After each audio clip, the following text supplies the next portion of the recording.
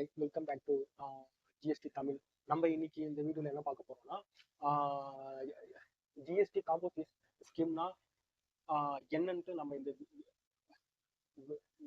வீடியோல நம்ம பார்க்க போறோம். இப்ப ஜிஎஸ்டி காம்போசிஷன் ஸ்கீம்னா இது யாராருக்கெல்லாம் முதல்ல அப்ளை ஆகும் நான் உங்ககிட்ட முதல்ல நான் சொல்லிடுறேன். இப்போ ஜிஎஸ்டி காம்போசிட் ஸ்கீம் வந்து சரி, நீங்க ஒரு ட்ரேடராகவும் கரெக்டா மேனுஃபேக்சராகவும் இருந்தா உங்களோட ஆனுவல் டர்ன் ஓவர்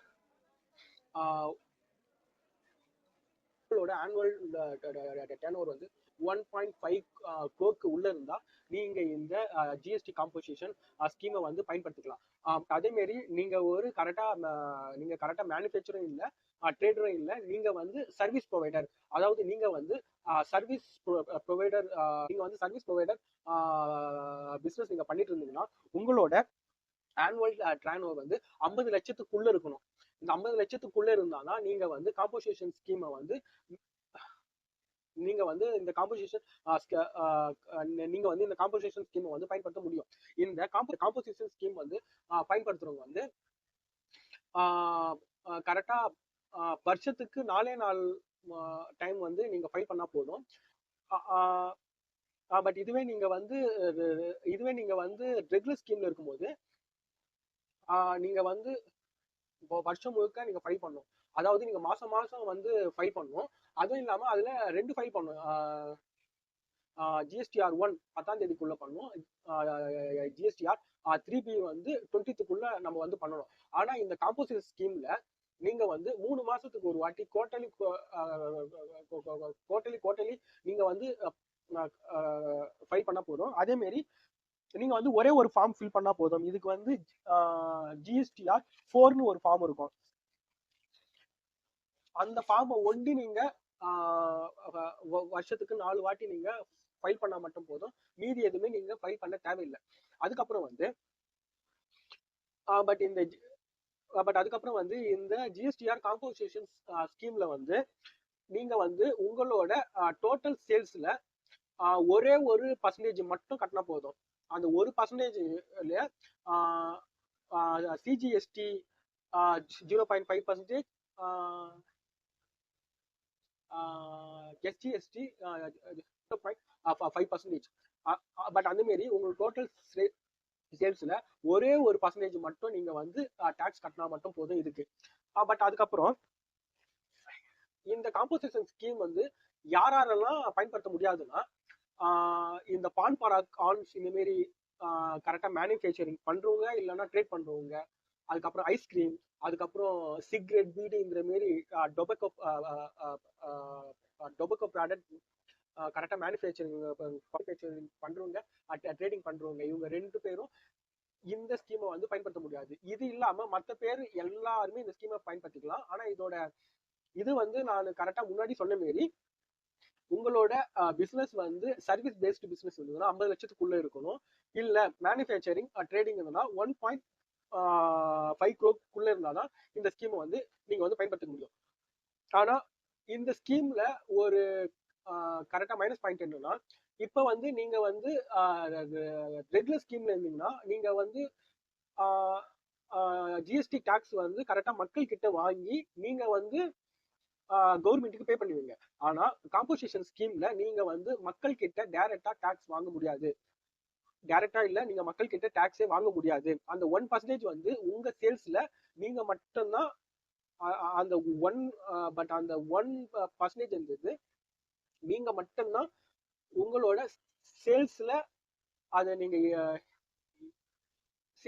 நீங்க எடுத்து பே பண்ற மாதிரி இருக்கும். பட் அதுக்கப்புறம் இதுல 2வது மைனஸ் பாயிண்ட் என்னன்னா, நீங்க இப்ப நீங்க நீங்க ஒரு ப்ராடக்ட்டை மேனுஃபேக்சரிங் பண்றீங்கன்னா அதோட ரா மெட்டீரியல் வந்து வாங்கிதான் நீங்க கரெக்டா மேனுஃபேக்சரிங் பண்ணுவீங்க. அப்படி ரா மெட்டீரியல் வாங்கும் போது நீங்க அதற்கான ஜிஎஸ்டி அவங்க கிட்ட பே பண்ணிட்டு தான் அந்த ரா மெட்டீரியல் வாங்குவீங்க. இதுவே ரெகுலர் ஸ்கீம் இருந்ததுன்னா நீங்க அங்க பே பண்ண ஜிஎஸ்டியை நீங்க வந்து கிளைம் பண்ணிக்கலாம். இதுவே நீங்க காம்போசிஷன் ஸ்கீம் இருந்ததுனால நீங்க பே பண்ண ஜிஎஸ்டி உங்களால கிளைம் பண்ண முடியாது. இது 2வது மைனஸ் பாயிண்ட். பட் அதே மாதிரி சரி, இப்ப நீங்க ஒரு சேல்ஸோ இல்லைன்னா சர்வீஸோ நீங்க வந்து கரெக்டா நீங்க தமிழ்நாட்டுக்குள்ள நீங்க இந்த மாதிரியான பிசினஸ் நீங்க பண்றீங்கனால மட்டும்தான் இந்த காம்பன்சேஷன் ஸ்கீம் வந்து உங்களுக்கு அப்ளிகபிள் ஆகும். இதுவே உங்களோட ப்ராடக்ட்டை நீங்க வந்து கரெக்டா சென்னையில மேனுஃபேக்சரிங் பண்ணி கர்நாடகாலயோ பெங்களூர்லயோ நீங்க நீங்க வந்து சேல்ஸ் பண்றீங்க, அதுக்கு வந்து இன்ட்ரா ஸ்டேட் சப்ளைன்னு சொல்லுவாங்க. நீங்க அந்த மாதிரி பிசினஸ் பண்ணும்போது இந்த காம்பன்சேஷன் ஸ்கீம் வந்து உங்களால பயன்படுத்த முடியாது. அதே மாதிரி சில பேர் வந்து அமேசான், பிளிப்கார்ட், மீஷோ, மிந்த்ரா இந்த மாதிரியான அக்கௌண்ட்ல பட் அந்த மாதிரியான பிளாட்ஃபார்ம்ல அக்கௌண்ட் கிரியேட் பண்ணி அவங்க வந்து சேல்ஸ் பண்ணுவாங்க. அவங்களும் இந்த காம்பன்சேஷன் ஸ்கீமை வந்து அப்ளை பண்ண முடியாது. அவங்க வந்து ரெகுலர் ஸ்கீம்ல தான் ஜிஎஸ்டி ஃபைல் பண்ணணும்.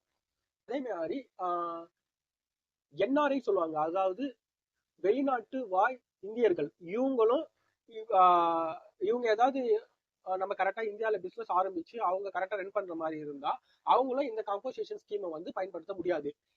இப்ப வந்து ஒரு சில பேர் கேட்பாங்க, நான் ஆல்ரெடி ரெகுலர் ஸ்கீம்ல இருக்கிறேன், நான் காம்பன்சேஷன் ஸ்கீம்ல வந்து சேஞ்ச் ஆகணும்னா எப்படி சேஞ்ச் ஆகுதுன்ட்டு எங்களோட கிளைண்ட் நிறைய பேர் கேட்டிருக்கிறாங்க. அது வந்து நீங்க சேஞ்ச் பண்ணிடலாம். அது வந்து ஒரு சிம்பிள் மேட்டர் தான். ஆனா அது எப்படின்னா,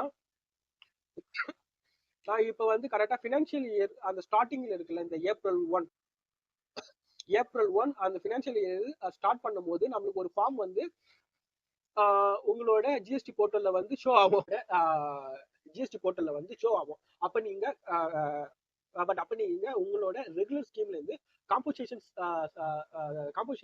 ஸ்கீம்ல நீங்க வந்து சேஞ்ச் பண்ண ஐடியா இருந்ததுன்னா நீங்க அப்பயே வந்து சேஞ்ச் பண்ணிக்கலாம். லாஸ்டா நீங்க வந்து காம்பன்சேஷன் ஸ்கீம்ல நீங்க வந்து சேரும் போது இப்ப நீங்க ப்ராடக்ட் வந்து நீங்க சேல்ஸ் பண்றீங்கன்னா அதுல வந்து நீங்க ஜிஎஸ்டி வந்து நீங்க வந்து அதுல வந்து இன்க்ளூட் பண்ண மாட்டீங்க.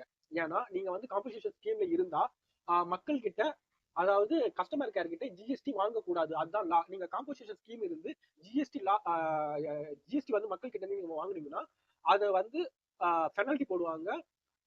அது வந்து ஒரு கரெக்டா ஒரு பெரிய ப்ராப்ளமா முடியும்.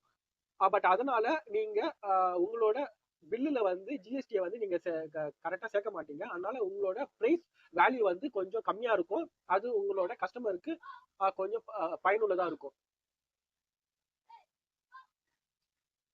இதுதான் ஜிஎஸ்டி காம்பன்சேஷன் ஸ்கீமோட பேசிக் இன்ஃபர்மேஷன்.